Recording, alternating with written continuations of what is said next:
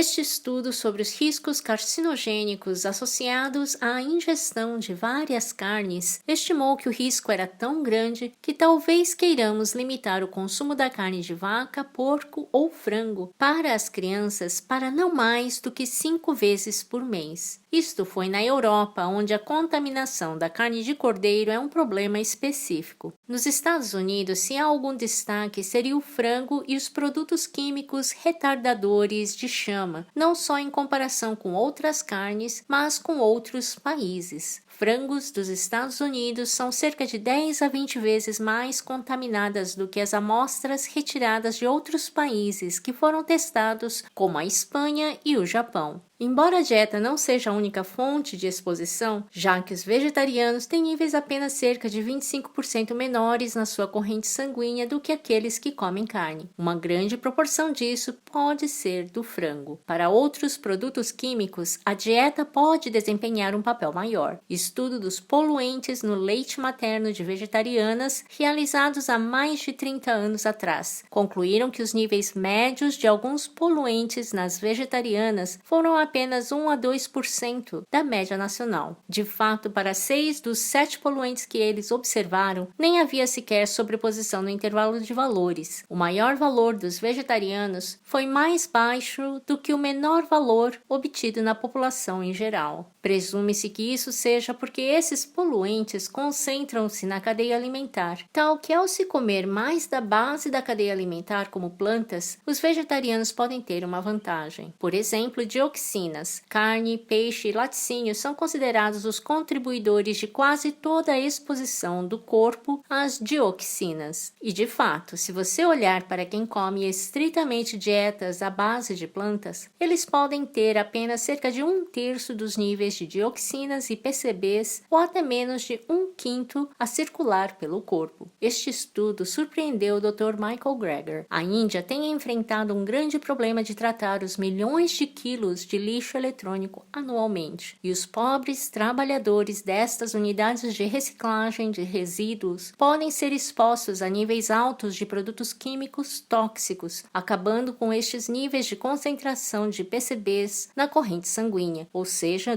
2 vezes mais alto do que os que vivem a cerca de 200 quilômetros de distância ao longo da costa. Mas estes eram trabalhadores nas instalações de tratamento de resíduos, não vegetarianos. Os níveis de PCBs dos vegetarianos que trabalham na mesma fábrica foi ainda mais baixo do que aqueles que vivem a 250 quilômetros da fábrica. O problema com estes estudos transversais é que não podemos isolar a dieta. Talvez os vegetarianos tivessem outros comportamentos de estilo de vida que os protegiam. Não sabemos até se pôr à prova. Mude a dieta das pessoas e veja o que acontece. Isso é difícil de fazer com poluentes persistentes como os PCBs, que podem levar literalmente décadas a serem eliminadas do corpo, mas podemos nos livrar de metais pesados como mercúrio numa questão de meses. E de fato, dentro de 3 meses, excluindo carnes, aves, peixes e ovos da dieta, houve uma queda significativa nos níveis de metais pesados tóxicos nos seus corpos, incluindo mercúrio, cádmio e chumbo. Uma queda de até cerca de 30% em 3 meses. E se nos limitarmos à carne orgânica? Carne orgânica certificada vem de gado alimentado com ração produzida organicamente, que não tem pesticidas ou subprodutos animais por lei. Portanto, seria de esperar que deveria haver menos acumulação de resíduos químicos. No entanto, em prática, simplesmente não haviam estudos sobre o conteúdo de resíduos químicos em carnes orgânicas. Até agora, investigadores obtiveram 76 amostras de tipos diferentes de carne orgânica e convencional e quantificaram os níveis de contaminação com 33 substâncias carcinogênicas diferentes de poluentes orgânicos persistentes. Afinal, a ingestão de comida contribui mais de 90% para a atual exposição total a esses compostos, especialmente alimentos de origem animal. Por outro lado, um número crescente crescente dos consumidores estão escolhendo o orgânico. E, de fato, a produção de alimentos orgânicos aumentou cerca de 50% na última década. Por isso, será que os consumidores de carne orgânica estão protegidos? Bom, nenhuma amostra estava completamente livre de contaminantes carcinogênicos, o que é de esperar, dada a poluição do nosso planeta dos dias de hoje. Mas o que foi surpreendente foi que as diferenças entre carnes produzidas organicamente e convencionalmente foram mínimas. Além disso, o padrão atual de consumo de carne excedeu os limites máximos de qualquer forma. Surpreendentemente, o consumo de carne produzida organicamente não parece diminuir este risco carcinogênico e às vezes foi mostrado ser ainda maior. No fim das contas, infelizmente, o consumo de carne orgânica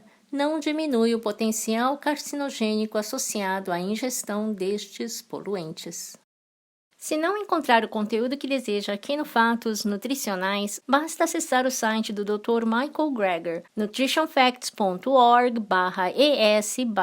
Por exemplo, se estiver procurando informações sobre úlcera, basta digitar e procurar.